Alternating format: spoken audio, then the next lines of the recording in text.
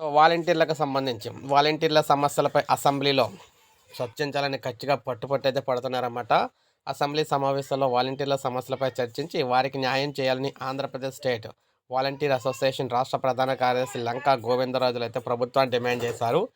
ఈఐఎఫ్ఎస్ అనుబంధ volunteers association ఆధ్వర్యంలో ముఖ్యమంత్రి చంద్రబాబు నాయుడు స్పీకర్ మంత్రులకు విజ్ఞాపన పత్రాలు అయితే అందించారు. ముఖ్యంగా చూసుకున్నట్లయితే ఎన్నికల సమయంలో చంద్రబాబు ఇచ్చిన హామీ మేరకు రాష్ట్ర వ్యాప్తంగా ఉన్న 2,60,000 మంది వాలంటీర్లకు న్యాయం చేయాలని డిమాండ్ చేశారు.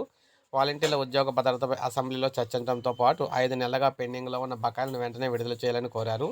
ఎన్నికల హామీ ప్రకారం 10,000 రూపాయల గౌరవ వేతనం ఇచ్చేలా చర్యలు చేపట్టాలన్నారు.